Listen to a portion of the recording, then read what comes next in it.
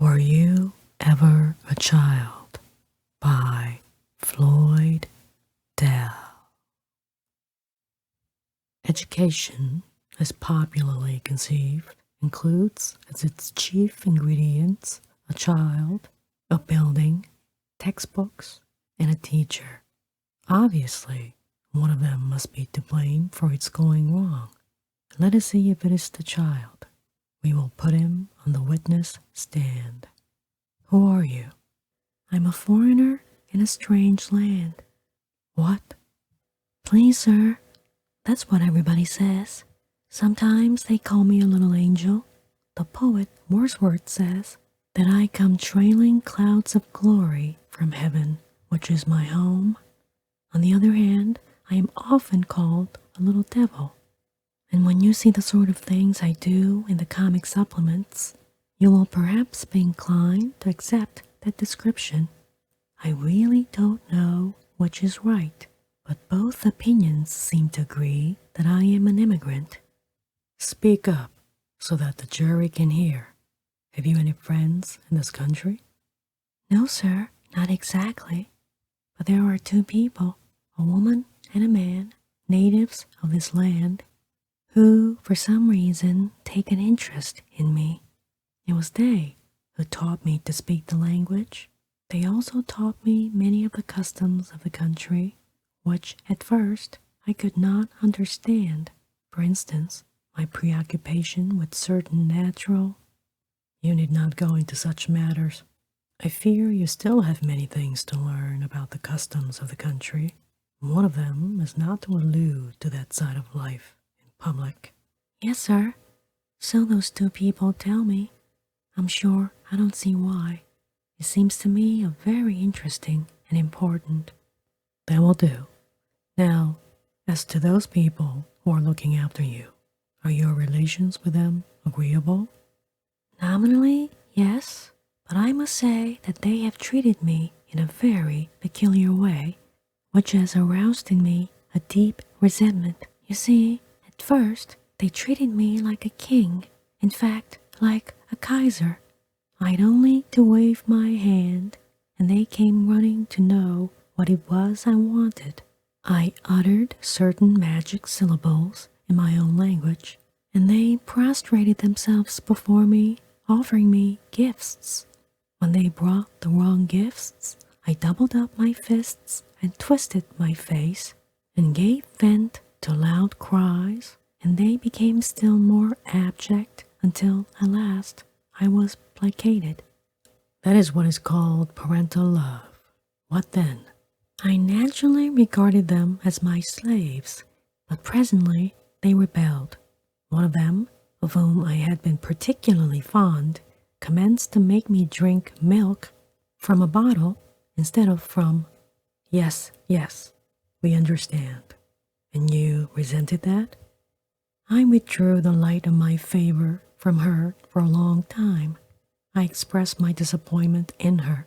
I offered freely to pardon her delinquency if she would acknowledge her fault and resume her familiar duties. But perhaps I did not succeed in conveying my meaning clearly, for at this time I had no command of her language.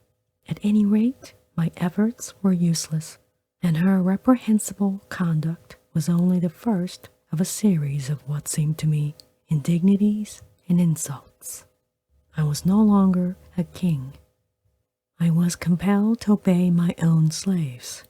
In vain I made the old magic gestures, utter the old talismanic commands. In vain even my doubling up of fists and twisting of face and loud outcries. The power was gone from these things, yet not quite all the power, for my crying was at least a sort of punishment to them, and as such I often inflicted it upon them. You were a naughty child, so they told me, but I only felt aggrieved at my new helplessness, and wished to recover somewhat of my old sense of power over them. But as I gradually acquired new powers, I lost in part my feeling of helplessness. I also found that there were other beings like myself, and we conducted magic ceremonies together in which we transformed ourselves and our surroundings at will. These delightful enterprises were continually being interrupted by those other people, our parents, who insisted on our learning ever more and more of their own customs. They wished us to be interested in their activities, and they were pleased when we asked questions about things we did not understand. Yet, there were some questions which they would not answer, or which they rebuked us for asking, or to which they returned replies that after consultation among ourselves we decided were fabulous. So we were compelled to form our own theories about these things. We asked, for instance, "Please confine your answers to the questions. That is another matter, not spoken of in public." Though, to be quite frank with you, public taste seems to be changing somewhat in this respect. I am very glad to hear it. I would like to know. Not now, not now.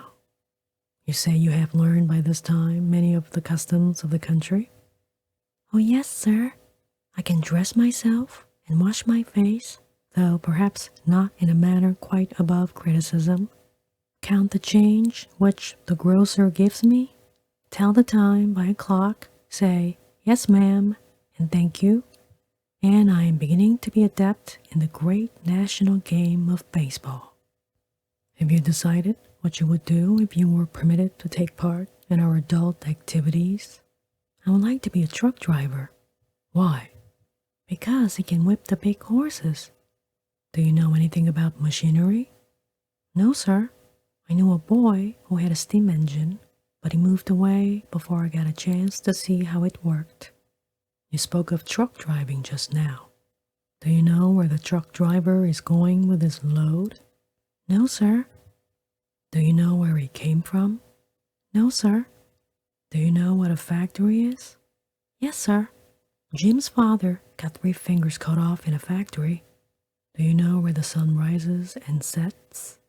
It rises in the east and sets in the west. How does it get from the west back to the east during the night? It goes under the earth. How? It digs a tunnel. What does it dig the tunnel with? With his claws. Who was George Washington? He was the father of his country, and he never told a lie. Would you like to be a soldier? Yes. If we let you take part in the government of our country, what ticket would you vote? The Republican ticket. My father is a Republican. What would you do if you had 10 cents? I go to see Charlie Chaplin in the moving picture show. Thank you. You can step down. Yes, sir. Where's my 10 cents? And now, gentlemen, you have heard the witness. He has told the truth, and nothing but the truth. And he would have told the whole truth if I had not been vigilant in defense of your modesty. He is, as he says, a foreigner, incompletely naturalized. In certain directions, his development has proceeded rapidly. He shows a patriotism and a sense of political principles which are quite as mature as most of ours. But in other directions, there is much to be desired.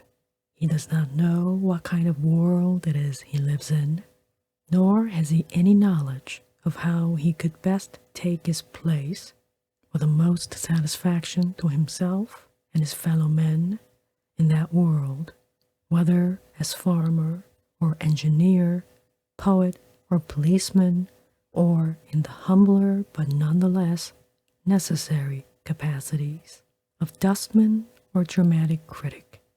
It will be idle for us to pretend that we think it'll be easy for him to learn all this, but without this knowledge he is going to be a nuisance, not without a certain charm. Indeed, I know several individuals who have remained children all their lives, and they are the most delightful of companions for an idle hour. But still, by reason of incapacity an irresponsibility, an undesirable burden upon the community, unable to support himself, and simply not to be trusted in the responsible relations of marriage and parenthood. We simply can't let him remain in his present state of ignorance. And yet, how is he ever going to be taught? You have seen just about how far private enterprise is likely to help him. That man and woman of whom he told us have other things to do besides teach him. And if he is turned over to special private institutions, we have no guarantee that they will not take advantage of his helplessness, keep him under their control, and rob him of freedom of movement for a long term of years, set him to learning a mass of fabulous or irrelevant information, instill in him a fictitious sense of its value by a system of prizes and punishments, and finally turn him out into a world no better prepared to take his proper part in it than he was before. And thus, having wasted his own time, he would have to waste ours by compelling us to teach him all over again. In fact, the difficulty of dealing with him appears so great that I am moved to make the statesmanlike proposal, never before, I believe, presented to the public, of passing a law which will prevent this kind of undesirable immigration altogether. Shall we abolish the child? The only other reasonable alternative is for us to undertake this difficult and delicate business of education ourselves. Assume as a public responsibility the provision of a full opportunity for this helpless, wistful, stubborn little barbarian to find out about the world and about himself. Well, shall we do that?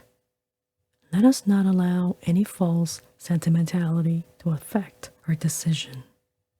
The vote seems to be in favor of giving him his chance. Very well.